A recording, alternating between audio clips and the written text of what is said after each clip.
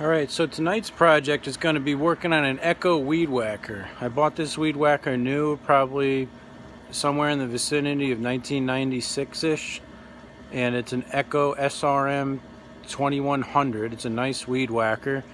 And lately it's just been dogging on, you let go of the throttle, it stalls out. It just has some carb issues. And I've been down the path before of trying to rebuild the little Echo carbs, and you spend almost $20 to buy a carb kit, an OEM one, and it never works, and then you end up buying a new carb. So I went on Amazon and I found a OEM carb. It's made by Zama or Zama, I don't know how you pronounce it, but I bought it for $36.99. I actually have two Echoes that have the same problem and take the same carb, so I bought two of them. So let's take a look at it and put it on and see what happens.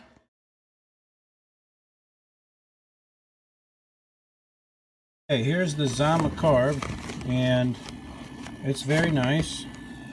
It is made in China, it says. But what do you expect? Even freaking Briggs and Kohler's made there.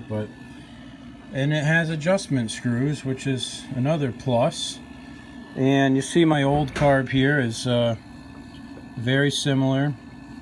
These adjustment screws on the new one are a little bit different, but Echo actually had 3 different carbs that they used on this model according to their website, and the part numbers all cross-reference to a new carb, which is this one. And I actually figured that they'd cross-reference it to a carb that didn't have adjustment needles, so that was a nice surprise. But you know, trying to run this thing, it was giving me a hard time. You know, I bought this kit on Amazon that gave you the new fuel lines here and the part that goes through the gas tank, and I'm not very happy with it. This actual piece right here, this little rubber piece, seems to be too big, and I spent an hour trying to put that in there. And it also gave you a new primer bulb, which I put on there. The old one actually had a crack in it, believe it or not, but this thing, I fired it up, it ran good, and then it went right back to what it was doing. I also attempted to take the diaphragm off the back of the carb and just inspect it and clean it. Everything looked good. So anyways, we're going to put this on, and it's actually really easy to change this carb. And all you really have to do is take off the air cleaner here. And I did put a new air filter in it also. And basically you got 2 screws here that hold this whole thing on there. You pop out those 2 screws and unhook your throttle and your fuel and your primer line and pop the new one on. It's about a two-second process here. I can't unscrew left-handed very well because I'm a righty. So let's see what we got here. It shouldn't be a big deal. There we go. So that drops out, and I got a gasket that goes on there. This other gasket goes on the inside. That already fell off. So you just pop out your line here for that. I'll pull off these 2 and put the new one here on. You know, it shouldn't be a big deal. I mean, it's really simple. So let me swap the lines and we'll come back. Alright, so I got the new carb on there, the new lines, or the lines hooked back up. Got my gasket back on, and I'll simply just put the screws back into the holes here and I'll tighten them up. And this thing was really dirty before, like all full of grime and crap, so I spent a lot of time using some carb cleaner and compressed air and blew all that junk out of here before I took this apart and everything.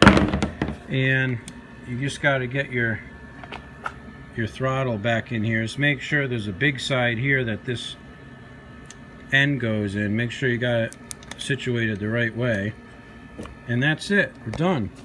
All I gotta do is put my air filter on and we'll try to start it up.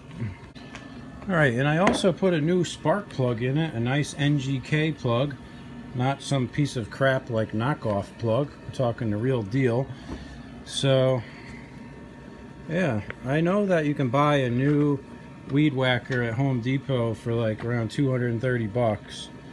But I really like this one, and it's never done me wrong. There's nothing wrong with it at all. It just had a little carb issue. So I'm really hoping that this simple little fix here, and we should be good to go. So let me set you guys up on the tripod, and we'll see if we can fire it up. Alright, I don't like the way this primer line is acting here, but it's got a little kink there as if it's a little too long. But alright, let's see what happens. Okay, let's see. Choke, we'll give it some priming. Alright, we got fuel going through. Let's see what happens. Sounds good.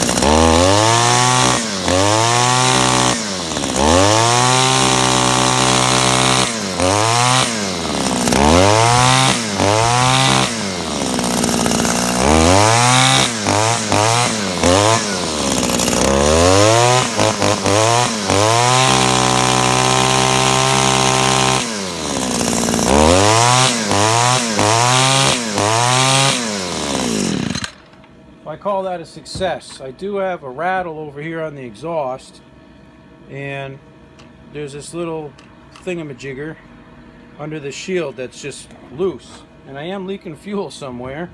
So yeah, that damn stopper is wrong. That really pisses me off. I think I'm just going to go back to my old stopper that was in there, because as you can probably see, it's leaked gas out because this freaking thing doesn't fit right. So anyways, I'm just going to swap that stopper back, and this Echo is good to go. Alright, let's see if we can get the stopper out. It's kind of a pain in the butt. You just got to sacrifice it with a screwdriver pretty much. There we go.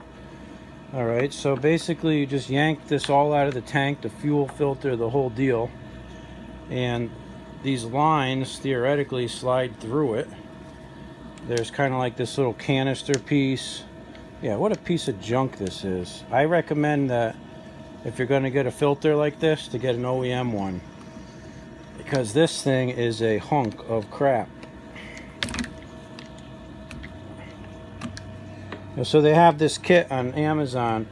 It gives you all these lines. It's like $8, but you can actually get it at Home Depot, the OEM one, and it's like, oh shit, I'm pissing gas everywhere. The OEM kit is just a couple dollars more. So I think it's worth the investment to not have to deal with this BS. Okay, let's see. Alright, so I'm going to show you the difference in the parts between a knockoff and OEM. This is the filter that came from the Amazon kit, or not filter, plug, and the little one is the one that was in there. There's quite a big difference in size. I don't really know what the idiots on Amazon were thinking, but it's totally wrong. So anyways, I just gotta hope that I can get these lines through this old one, because they shrink and expand and everything like that. I might just bag it and go to Home Depot and buy the correct one. There we go, the $15 one, you know. Haven't made up my mind on that yet, but anyways, you get the idea. I'll put it back together and bring you back. Okay, so I got the piece switched back out, and I think I got my metal piece put back in here. So let's see if we can fire it up again.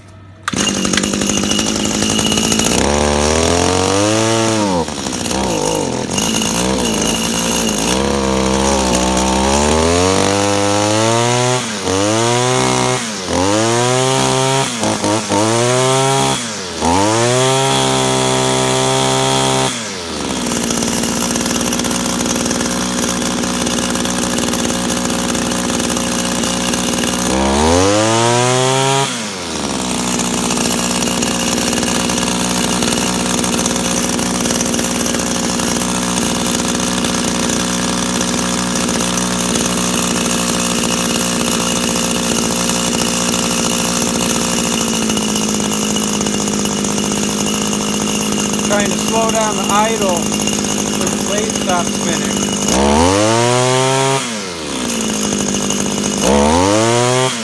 That's awesome. Couldn't ask for any better result than that, guys.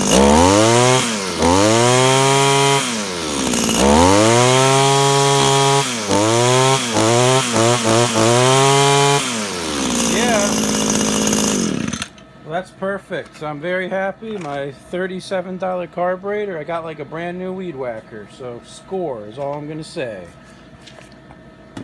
So now to do the other one.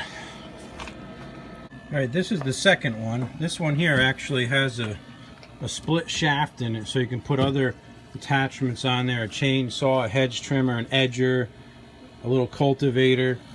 And this one here also has a broken air filter housing, so I actually got one of those as well to put on there. And again, this has the Zama Carb, and this one actually has the same style screws, unlike the old one. So we're just going to swap it out again, and it should be good. We're not going to dick with the fuel lines on this one. And I got a 5-pack of new air cleaners. They're Sten's air cleaners, but I left them at work by accident, so we won't be changing that today. Because this one here, you can see, needs to be replaced, but for now we're just going to throw that one back in. So anyways, let me pop off the lines and swap this one out and see how this one runs. Okay, here goes nothing. I don't think I've ever taken this one apart before, so it's a first, but screws came out okay. And I bought this one around the same time period, the late 90s, so it's a 20-year-old machine, and I've never had to do a lick of maintenance to it. So you really can't complain about that one bit. A little bit dirty, but that's alright. So let's, you know what, I'm going to take a rag and just clean this dirt off there a little bit. Be right back.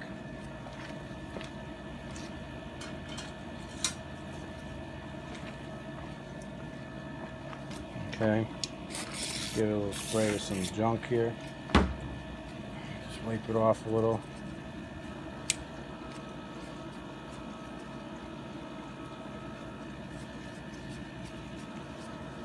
I should fire up my compressor and just blow it off, but I don't have it right now. Okay, so where's my new carb? Here we go. Bada bing, bada boom. New carb. Screws back in.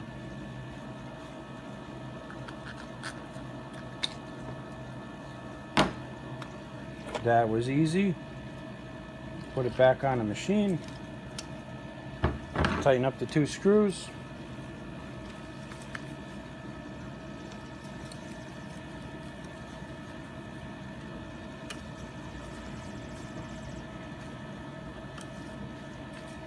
Okay, hook my throttle back up.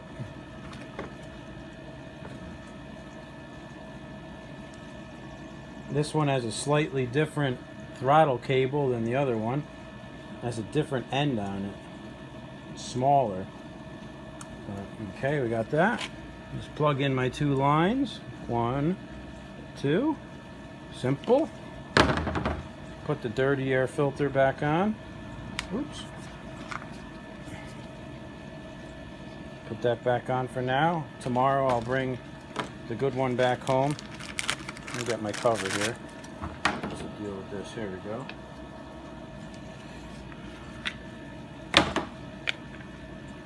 It's been annoying me for a long time that this cover was cracked.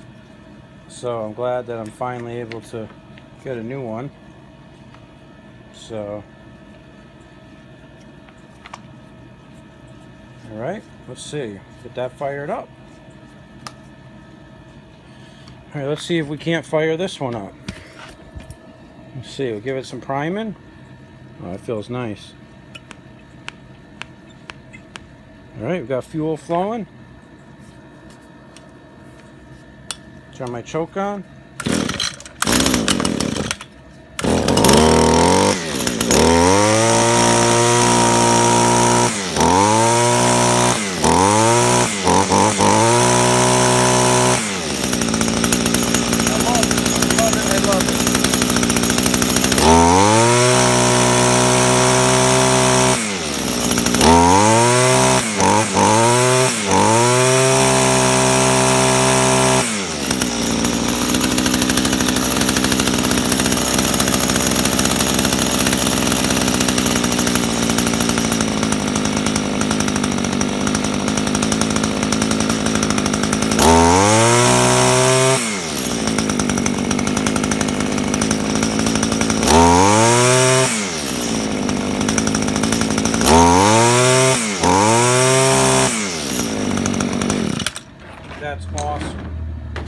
I was going to get a new spark plug for it, but I'm not going to bother now. It runs like brand new. Those NGK plugs really are awesome. So I hope you liked my real-time echo fix. I mean, I don't know what that would cost to get that done at an engine shop, but that was like 5 minutes worth of work. I mean, you don't even really get dirty doing it. It's so easy. But yeah, that thing's mint now, man. I can't wait to use it. And I really like the hedge trimmer attachment. I need to trim some hedges, and I couldn't deal with it being a piece of crap running bad any longer. So well worth the $37 for a new carb. In fact, I should just buy like another one and have it in stock in case they stop making them or something. But all right.